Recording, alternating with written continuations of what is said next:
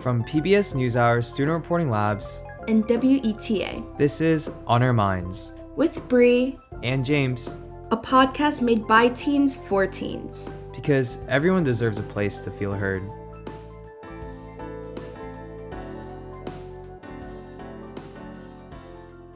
Hey Bree. Hey James, how are you doing? Pretty good. You know, as a podcast host, one of the most frequent questions I get is, how do you choose your episode topics? Oh yeah, people ask me that too. Well, the answer is pretty cool. Student Reporting Labs asks students each year about what topics they want to report on for the next school year.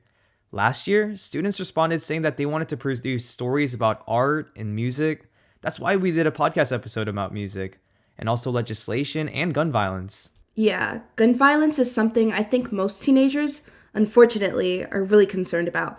I know I personally am very anxious about the current state of things. I feel as though because I was kind of raised, or our generation was raised with all this exposure when it came to gun violence and school shootings and stuff like that, it's a really big topic that we unfortunately have to deal with. And it's something that's definitely been on my mind as well. Living here in Texas, I know it's legal for most people 21 and over to carry a gun in Texas without a permit. And those are just our thoughts. Here are two responses from other students, which I think summarize our generation's feelings about gun violence. Well, I don't believe that adults fully understand our fear about gun violence at school, since sure, they may have kids who go to school, but they're not experiencing that fear and anxiety firsthand when they get off that bus and have to go throughout the day looking over their shoulder and worrying about being shot. I don't care what the people in charge do, but do something. Instead, people are completely and totally happy to just sit and debate about whether it's guns or whether it's people, whether we need better mental health treatment or better gun control, or whether we should even do anything. So the voices you just heard were Francisco from New Mexico and Diksha from Oregon, and you can really hear their passion and sense of urgency. So today, we are devoting this episode to stories about gun violence and the effects on teenagers. The stories today do contain descriptions of lockdowns, gun threats, and shootings. Details that might make you feel scared, sad, or numb. Know that these are normal responses. But if it seems like too much, please skip this episode, or you can listen with a friend or a parent. Yeah, we wanted to take care of your mental health and also provide you with tips from an expert. That's why I spoke with Dr. Robin Gurwith.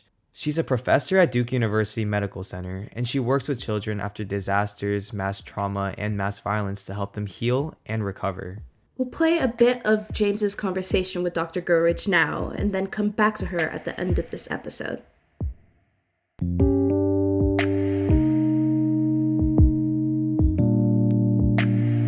Hi, Dr. Gurwith. It's our pleasure having you on our week's episode of On Our Minds. So we're going to be hearing for students stories about gun violence. Why do you think it's important to listen to and share stories about this? I think when we hear stories, we can put a face to an incident. It's not just a big headline, but it actually is a person or people or students or families. So hearing those stories helps to make it more human and to personalize it, and so that we can then better respond, better support individuals in the aftermath. Without knowing the stories, it's very easy to just write it off as numbers. Yeah, no, I definitely agree. I think equally important is what we do with those stories. If we just hear them and do nothing, then they're sort of yelling into the void.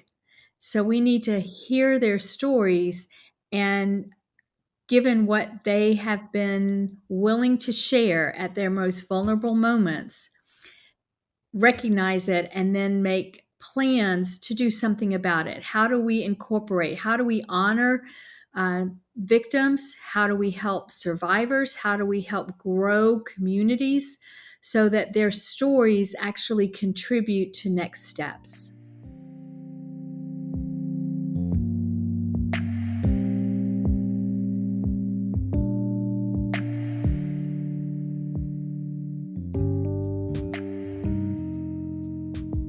Those questions Dr. Gurwith asked about what we do after we hear these stories are really important.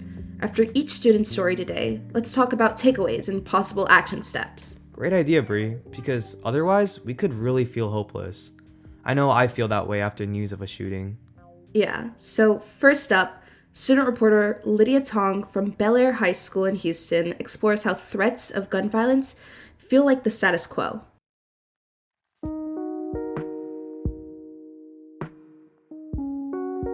Attending a large public high school in Texas, I've had my fair share of lockdown drills and shooting or bomb threats, even from my middle school years. When I was in the 7th grade, my mother insisted that I stay home after news of a gun on campus spread throughout the parent group chats. In high school, I hid behind lecture bleachers and worked with my peers to slide a bookshelf in front of an incorrectly built door that could only lock from the outside. I wanted to explore the nature of high schoolers in the scary, intense environment of school amidst gun threats and school shootings, so I set off with my mic to record conversations with a fellow high schooler and friend, one of my teachers, and my city's chief of police on their ideas of how gun violence in our schools has become the status quo. Up first is Mr. Jimmy Newland, a physics and astronomy teacher at Bel Air High School inside of Houston. I wanted to talk to him first because he's been teaching at Bel Air for almost 3 decades, so he's extremely aware of the many dangers teaching brings nowadays. I found him in his classroom during our lunch hour, and I sat him down to talk a bit more about his opinions. There are certain times when the student population in general, not necessarily my individual students, but the student population in general feels more likely to, maybe want to start some fights, maybe want to do some damage to the campus. And it kind of ebbs and flows, I guess. If adults have good relationships with students, then the likelihood of someone taking something from their home and bringing it to school is a lot smaller. I then asked him how teachers are being prepared for potential school shootings. They make us watch some videos. We're not preparing teachers before they get to the classroom either. So what we're doing for teacher preparation doesn't have enough mental health resource training. I do think that school districts in the state could do better to provide meaningful training on mental health related things for students and adults. With Mr. Newland's thoughts, I wanted to gain another perspective, so I went to one of my closest friends, Ryan. Ryan is a senior at Bel Air High School, and she's an advocate against gun violence. Almost every high schooler I've talked to has a personal story about a lockdown drill, something that happened that they'll probably remember for the rest of their lives. Here's Ryan's story. I think this is about maybe a year ago, so I think I was a junior. I had to go drop something off at the front office, and then we went into lockdown. So I had to hide in the closet that one of the administrators had put me in. I think in that one moment, that's the first time, not necessarily the first time, but at least one of the most prominent times where I kind of realized oh, my life is actually in danger when I hear these alarms. In 2020, Texas law required schools to offer students in the 7th grade and up lessons with battlefield trauma care, which includes tutorials on applying tourniquets and chest seals. Here's what Ryan had to say about that. In my junior year, we had to watch a video, and I think we may have had to watch it again in senior years. And it practically showed us how to not die in the event that one of us was shot. It showed us how to apply a tourniquet, where to hold pressure, things like that. I don't want to have to know those things, so it was definitely uncomfortable to have to sit next to a bunch of people that either I don't know or I've never met before, but we're all in the same situation. Was also kind of eye-opening because all of us are experiencing the same fear and uncertainty about school shootings. While Ryan gives us a look inside the school, Chief of Police Mo Lopez provides an insight of first responders in a hostile situation. Unfortunately, as gun violence has continued in schools and has continued across the country, there have been more opportunities for us to learn. We learn the importance of not just neutralizing a threat, stopping the killing, but also as we're doing that, involving fire, involving EMS, so that we can save as many lives as possible. Every school-based shooting is an opportunity for us to learn what happened, what went right, and what went wrong. And what we expect from students is just the old adage: if you see something, say something. It does go a lot to your gut. We'd rather go out and respond 100 times and find out that it was absolutely nothing. It was somebody that somebody was lost, somebody made a wrong turn, or whatever. find that 100 times and miss that one time where something could have been prevented. The bottom line is we are scared, us and our teachers. It is imperative that we come together and unite as a country to stop this mass killing of students in schools, a place where we should feel safe. Okay, some takeaways from Lydia's reporting. Well, I really like what her teacher, Mr. Newland, said about if adults have good relationships with students, then the likelihood of that student committing a violent crime goes down. Our researcher Simran found that there is a strong correlation between social isolation and school shooters. This is in part because those who are isolated are less likely to have loved ones explaining to them that a behavior is concerning or inappropriate. School shooters also experience higher rates of depression and suicide, though experts emphasize that it's dangerous to link gun violence solely to mental health issues. And although the majority of school shooters are male and white, many of these individuals feel marginalized, especially because roughly half of them are victims of bullying. You know, going back to Lydia's story, I appreciate how the chief of police emphasized, if you see something, say something. Every day on the subway, I see signs with that slogan, but luckily I haven't seen anything myself. That relates to the next story, which is a personal piece from a student named Nora. She didn't see something, but she heard something. And just to remind you, we use a student's first name only when they share personal stories about their mental health. Here's Nora. I'm lucky to grow up in a town and school district where gun violence was never a serious issue.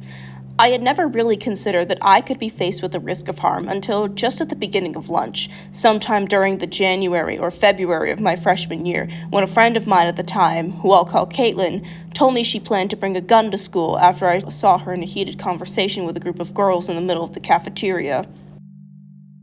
I remember sitting with Caitlin as we ate our lunch in silence shortly after the outburst, wondering whether or not she was serious.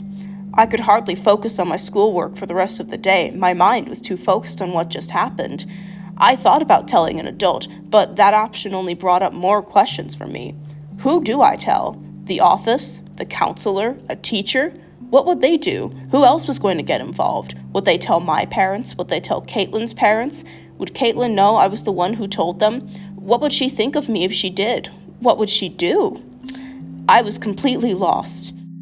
I had convinced myself that telling an adult or making a show out of a friend's drama that I wanted nothing to do with in the first place would actually make things worse.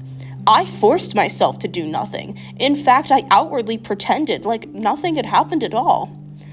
One day became 2, then 3, then 4, then a week, then 2. And nothing ever happened. It's been about 2 years now since that happened, and I had a lot of time to reflect on that event and how I responded to it. Even though the threat never turned out to be serious, if I was still that concerned over it, I recognized that I should have told an adult, even if I was scared to do so. Doing nothing and keeping my thoughts and feelings bottled up for so long only contributed to more anxiety, and there could have been much more serious consequences if my friend was being serious, and I never told an adult about it. I wanted to speak with my school counselor and see what he had to say about my experience, and if he had any advice for me or other students if they were to face something similar. If a student were to be in a similar situation that I was, who would be the smartest person they could go to for help, and what could they do? So I would recommend going to either the social worker in your school. I would go to the school counselors if they're there, and also the administration, whether that's an assistant principal or the principal himself. Do you know who else would get involved if a student reported a threat? Yes, also our SRO, the school resource officers, or any contracting officer with the school district. Aside from the person that a student reported a threat to, is there anyone else that may need to know who reported the threat, or will the student remain anonymous? Yes, the student would remain anonymous. Maybe a difficult situation to be in when somebody discloses their plans or making such threats, but of course, please disclose that information to your administration or the individuals who I said, because your safety is most important. Even if you're worried about speaking to a counselor, principal, or other school officials, there are other ways to anonymously report a threat of violence against a school. A well-known resource is sandyhookpromise.org's Say Something Anonymous tip system, which functions as a website or an app and also has a 24/7 hotline to call. Some states such as Kansas, Iowa, and Michigan also have their own individual hotlines or anonymous tip systems specifically for reporting threats of violence in schools. Even though this situation occurred a long time ago and I had already taken the time to reflect on what I should have done and the importance of doing so, telling my story and reaching out to my counselor to ask for his advice felt like a daunting task. However, as I talked with teachers, producers, counselors, and close friends who all showed their support and encouragement, I became more comfortable and confident in writing and talking about my experience, and I'm hoping that it gives other students the courage to do the same.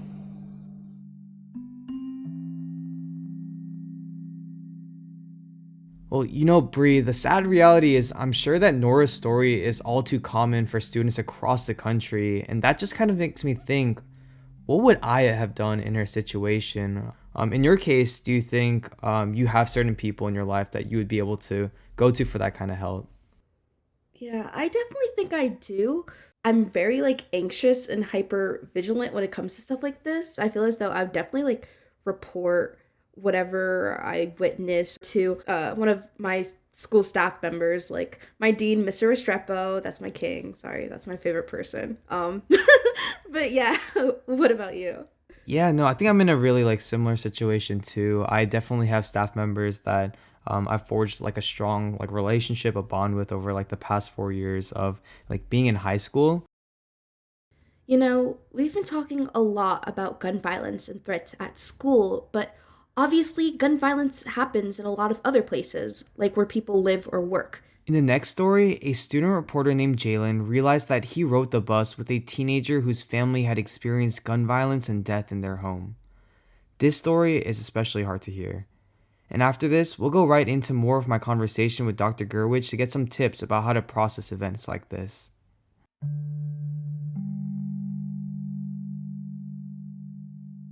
Hello, my name is Jaylin. I've never been personally affected by gun violence, but people I care about have been.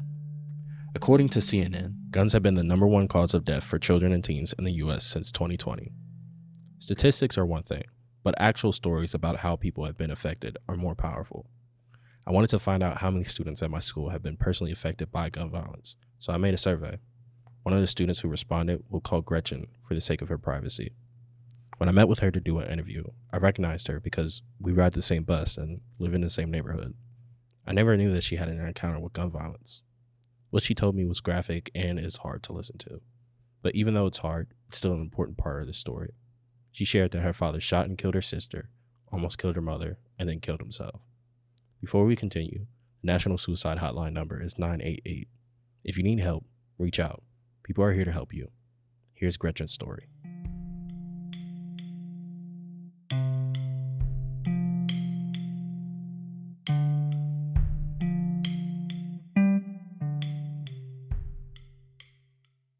One day, my parents were fighting. It was the 4th of July, actually, which kind of sucked.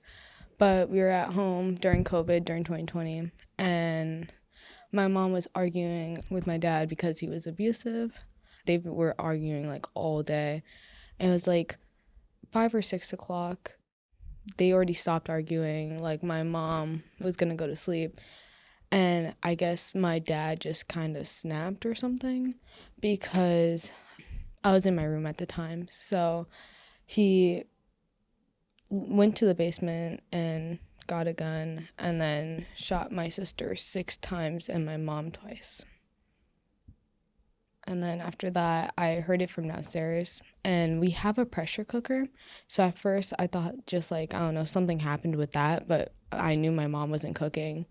And I already had a bad feeling since they started fighting. So then I called the police. And the phone upstairs, I don't think it was working because I was only just hearing the dial tone whenever I would dial 911. So then I ran out the house. And as I was going out, I heard my dad say, "I'm going to shoot myself." So then I ran to the neighbor's house and knocked on the door and asked them to call the police and told them what happened.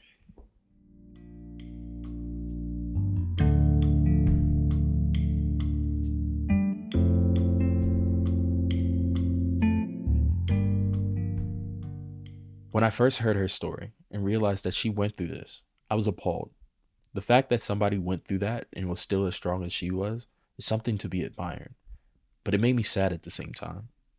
What was worse was hearing her talk about the effect it had on her. At first, I didn't fully believe that my sister was dead because, like, I was always expecting her to, like, just come up on the sidewalk and say hi. It took me a long time to digest that it actually happened.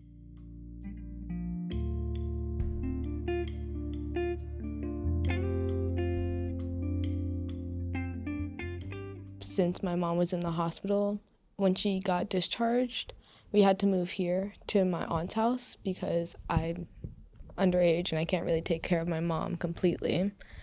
So I had to move to a different school to help my aunt take care of my mom because my mom still has brain issues. During the summer, right around the anniversary, she got meningitis in her brain because I think there is an open part of her brain where bacteria got in. It just completely flipped my life upside down.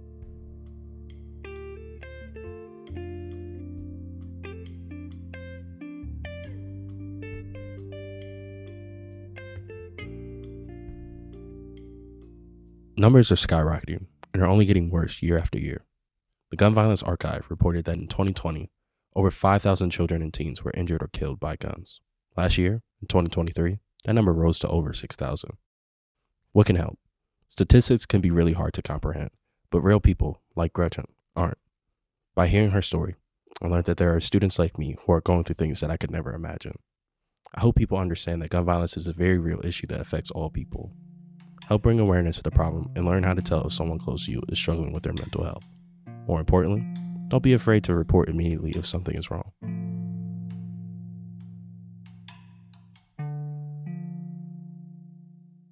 So, Dr. Gurwith, what advice do you have about how young people can stay informed about this issue but not get overwhelmed? I think it is very easy for young people as well as adults to get overwhelmed. And so I think when we consider these events, we want to stay informed. We want the information. I think one, we need to make sure that we are getting information from trusted news sources. I think it is essential that we take breaks, that we do something else. So that doesn't mean I'm going to look on social media and see what my friends are saying, and then I'm going to watch the news, and then I'm going to read, go to some websites and look there. That means truly taking a break. Turn it off.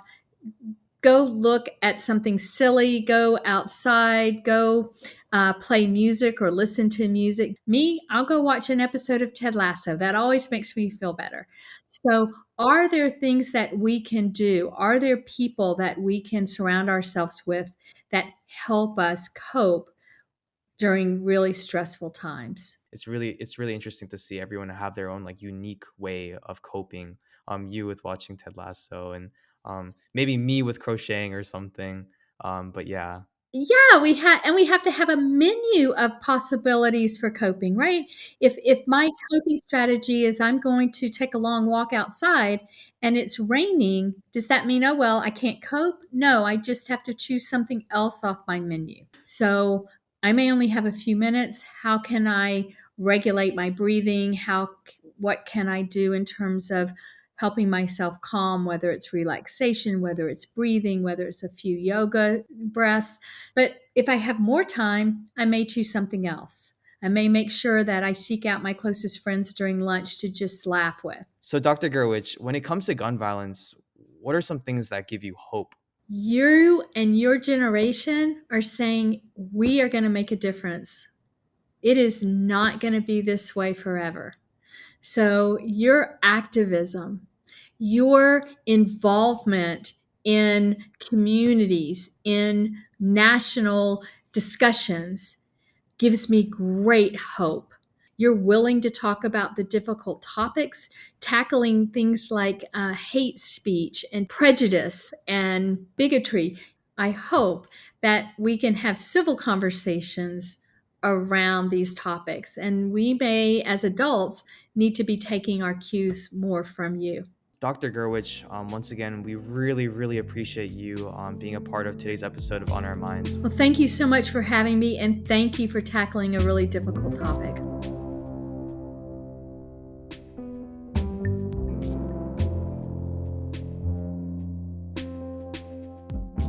I know this has been a tough topic to talk about, but I'm definitely glad we explored it.